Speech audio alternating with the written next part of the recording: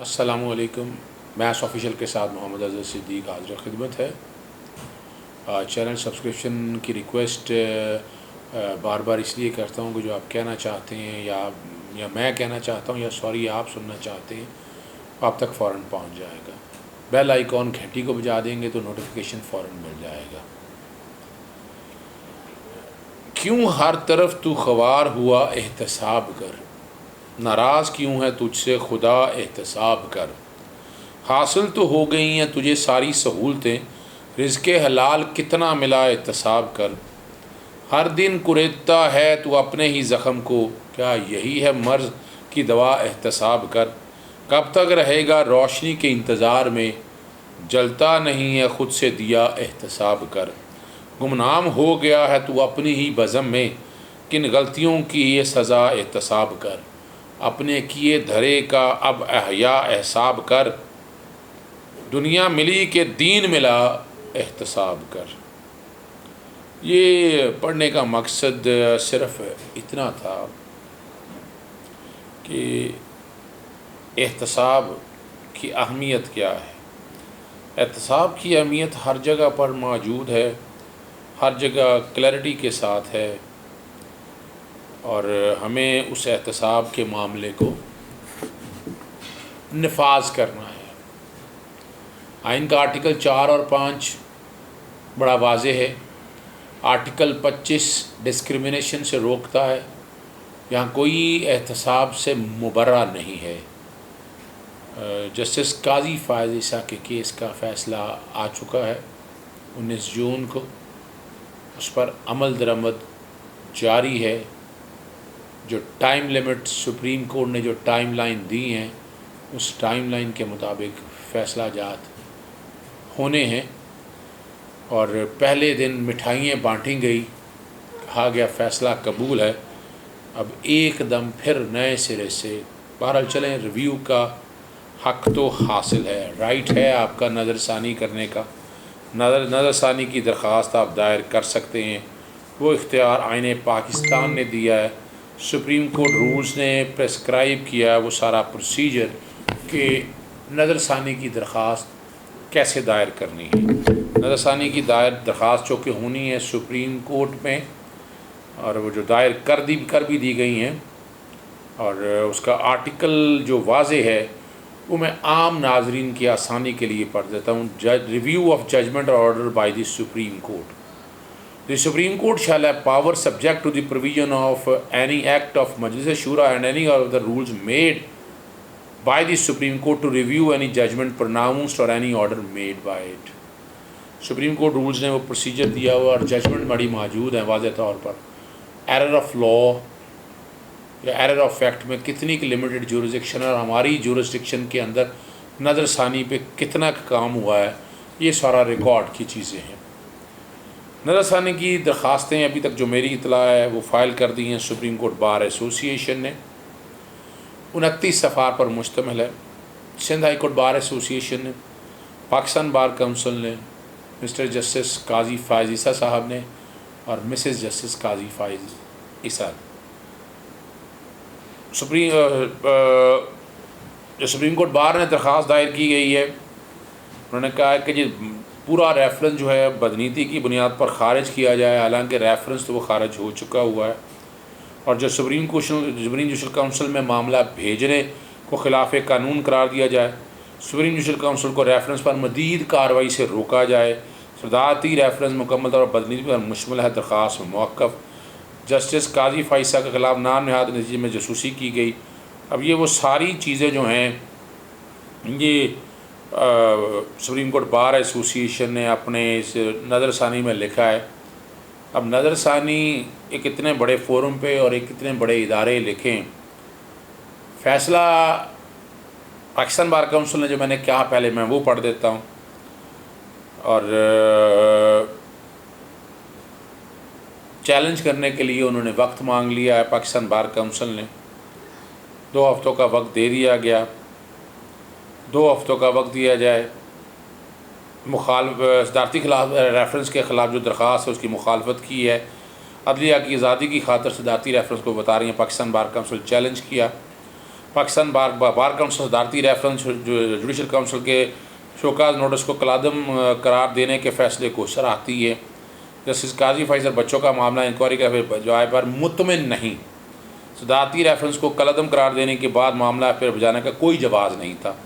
F B are حکومتی ادارہ ہے جسے آزاد اور غیر جانبداران انکوائری کی توقع نہیں ہے۔ حقائق اور حالات کے پیش نظر فیصلے پر نظر ثانی کا یہ مقدمہ ہے۔ جسٹس قاضی فائز عیسیٰ صاحب نے بھی دائر کی ہے درخواست، اور یہ 10 صفحات پر مشتمل ہے۔ نظر ثانی کرنے کی درخواست دی ہے۔ Mrs Serena Isa, wife of قاضی فائز عیسیٰ، جو نام لکھا ہوا ہے اس کو میں وہی پڑھ رہا ہوں، ہاؤس نمبر 7 ججز انکلیو سیکٹر 5 اسلام آباد۔ انہوں نے ایڈریس پاکستان کا ہی دیا ہے، اور صدر Pakistan, federation of Pakistan, Imran Khan, Farooq Naseem, Anwar Mansoor, supreme judicial council, Arbab Arif, Mirza Shahzad Akbar, mister Zia ul Mustafa Naseem, mister Abdul Waheed Dogar, mister Waheed Shahzad Butt, اور یہ پرفارما ریسپونڈنٹ میں Pakistan bar council, supreme court bar association. Review کی اپلیکیشن بنائی ہے، کسی وکیل نے تیار کی ہے بڑی انٹیلیجنٹ طریقے سے۔ بہرحال میں تو جو بات کہنا چاہ رہا ہوں، ابھی تک تو وہ کہہ رہی تھیں غالباً انہیں کوئی وکیل کی خدمات حاصل نہیں ہیں، لیکن یہ ایک درخواست باقاعدہ ایک وکیل نے کوئی تقریباً ٹوٹل پیجز ہیں اس کے 87 پیجز ہیں غالباً، میرا خیال ہے، مجھے اب ایگزیکٹ اس وقت سے پتہ نہیں چل رہا، لیکن یہ نظر ثانی کی درخواست دائر کی ہے۔ مسز جسٹس قاضی فائز عیسیٰ تو فریق نہیں ہے اس مقدمے کی، اور جب پہلے دن جب باقاعدہ گزارشیں کی گئیں، سپریم کورٹ کے سامنے ریکویسٹ کی گئی کہ سنا جائے، سپریم کورٹ نے آرٹیکل 10A کو سامنے رکھتے ہوئے پھر موقع دیا، اور اسی درخواستوں میں کہا گیا کہ منیر ملک صاحب کا موقف سنا نہیں گیا، ایف بی آر میں معاملہ بھجوانا تھا۔ تو تاریخ میرا خیال ہے اگر ہیئرنگ کی تفصیل اگر آپ دیکھ لیں وہاں پر بڑا واضح طور پر باقاعدہ حکومت وقت نے کہا تھا کہ انہیں کوئی اعتراض نہیں ہے یہ معاملہ وہاں بھی بھجوا دیا جائے، اور باقاعدہ جسٹس اپنا منیر ملک صاحب سے بھی پوچھا گیا تھا، انہوں نے اس پہ رضامندی نہیں ظاہر کی تھی۔ یہ جو کہنا ہے کہ سنا نہیں گیا، یہ ساری باتیں سامنے ہیں۔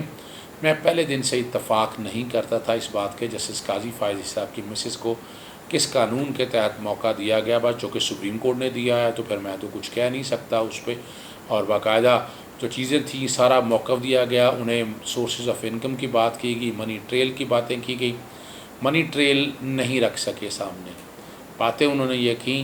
پھر ایف بی آر کے دفتر گئیں، اب ایف بی آر کے دفتر کے حوالے سے بھی نوٹس لگانے کا، چپساں کرنے کا کہا گیا کہ تصحیح کی گئی، حالانکہ یہ تو قانون ہے، تصحیح کی تو بات کوئی نہیں ہے۔ سیکشن 182 اگر انکم ٹیکس آرڈیننس اگر پڑھ لیں، نوٹس کیسے دینا ہے جب کوئی نہیں آئے گا، سول پروسیجر کوڈ کے مطابق ہے، سول پروسیجر کوڈ نے طریقہ کار دیا ہوا ہے، اگر ایک نوٹس پہ آپ نہیں جاتے تو نوٹس سروس کروانے ہیں، اور سپریم کورٹ کا حکم بڑا واضح طور پر 10 ممبر بینچ کا تھا کہ یہ طریقہ کار اپنانا ہے۔ میں نے پہلے دن سے یہ میں بات کہہ رہا تھا کہ ریفرنس کالعدم نہیں ہو سکتا، سو موٹو کا اختیار ہے سپریم جوڈیشل کونسل کے پاس کہ وہ از خود نوٹس لے سکتی ہے، اور سپریم جوڈیشل کونسل اس معاملے کو خود دیکھ لے، حکومت وقت نہ بھی ہو تو کوئی فرق نہیں پڑتا، لیکن یہ معاملہ دیکھنا ہے۔ احتساب کا جو نعرہ لگایا گیا ہے یا احتساب کا جو نظام ہے وہ اکراس بورڈ ہونا ہے، اس سے کوئی اب فرد بچ نہیں سکتا، چاہے وہ فرد کوئی بھی کیوں نہ ہو۔ آئین پاکستان نے ایسی گنجائش بالکل نہیں دی ہے، اور اسی بات پہ میں باقاعدہ میرے پچھلے ویلاگس میں نے یہی ذکر کیا تھا۔ مسٹر جسٹس قاضی فائز عیسیٰ کے حوالے سے جب میں نے بات کی تھی کہ انہوں نے جو کاغذات وہاں ایف بی آر میں جمع کروائے ہیں، وہ خط کا ایک ذکر کیا تھا غالباً 20 جنوری 2020 کا، ریفرنس یہ سٹارٹ ہوا تھا اپریل 2019 میں۔ انکم ٹیکس کی ریٹرنز انہوں نے فائل نہیں کی تھیں، وہ فائل 2018 اور 2019 کی داخل کی۔ اب ریکارڈ سامنے نہیں تھا، جو چیزیں پبلک کی اور جو چیزیں بظاہر نظر آئی وہ سے ڈیٹ تو یہی لگی ہے کہ جنوری 2020 میں ظاہر کی اور لیٹ داخل کی ہیں، اور انہوں نے سورسز آف انکم ساتھ نہیں لگائے کہ جو ذکر کر رہے ہیں کہ 11 کروڑ روپے کا جو جتنے بھی اماؤنٹس کا ذکر کیا ہے اس کے اندر کہ وہ پیسہ پراپرٹیز کا ذکر کر دیا انہوں نے، اس کا مطلب ہے کہیں نہ کہیں تو کنسیلمنٹ تھی. انہیں تو ایکسپلین کرنا تھا کہ 2004 کے اندر جب پہلی پراپرٹی خریدی گئی تو پیسہ اویلیبل تھا، وہ انکم ٹیکس کے ریٹرنوں میں ڈکلیئر کرنا تھا.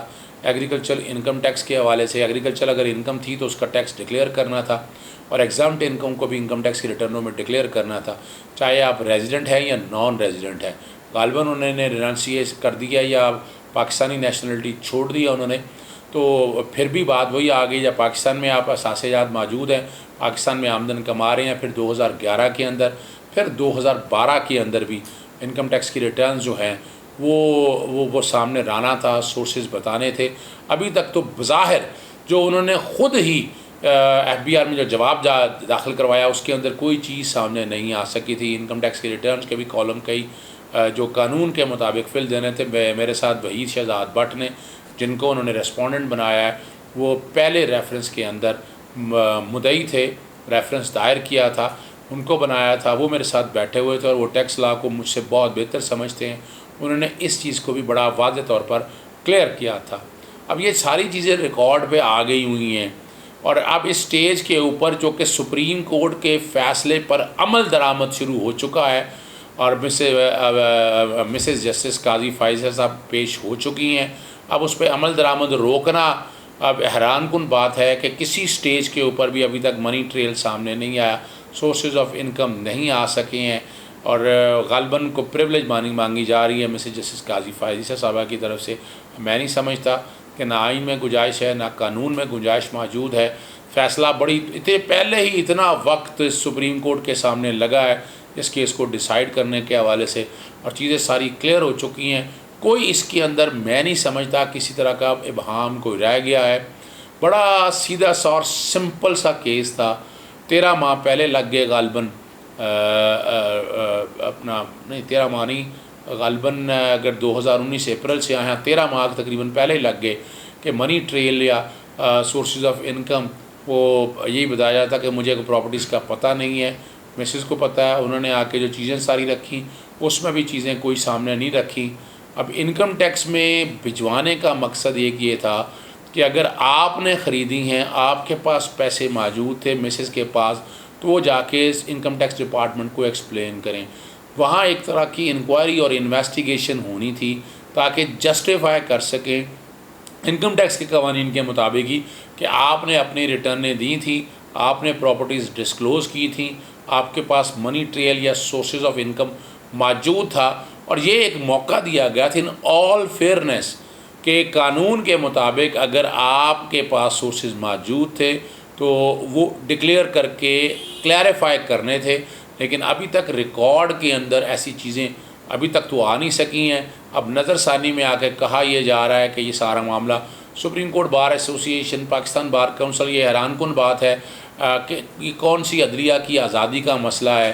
یہ سارا کچھ سامنے ہے، سارا کچھ ریکارڈ ہے. کوئی فیض آباد دھرنے سے یا پتہ نہیں کس سے کیوں جوڑا جا رہا ہے، حالانکہ اب یہ جو ساری جائیدادوں کا مسئلہ ہے یہ تو وقت سے پہلے کا ہے. یہ اس وقت 2004 کے اندر، 2011 کے اندر یا 2012 کے اندر ایسی کوئی چیز اگر ریکارڈ میں سامنے آئی تھی تو وہ سامنے آنی چاہیے تھی، وہ نہیں تھی. فیض آباد دھرنے کا کیس تو بڑا بعد میں آیا تھا. یہ سارے وہ معاملات ہیں جو دیکھنے ہیں، اور اب law has to take its own course. اب اختتامی معاملے کی طرف جا رہا ہے. انہیں چاہیے کہ وہاں جا کے اپنی سورسز آف انکم یا منی ٹریل وہ سارا دے دیں. اگر ان کے پاس آمدن کے ذرائع موجود تھے اور انہوں نے اپنے سورسز سے خریدے ہیں تو کیس تو پھر بنتا کوئی نہیں ہے. لیکن لگ یہ رہا ہے بظاہر بادی نظر میں کہ وہ منی ٹریل یا سورسز آف انکم موجود نہیں ہے، اس لیے ٹیکنیکل بنیادوں پر یہ معاملے کو چلایا جا رہا ہے. اسی لیے سپریم کورٹ نے اپنے وزڈم کے اندر یہ معاملہ سپریم جوڈیشل کونسل کے پاس رکھا تھا کہ جب تک یہ چیز کلیئر نہ ہو جائے، احتساب کا عمل ہے، ہر ایک پر برابری کی سطح پر آنا ہے. اجازت دیجیے گا. السلام علیکم.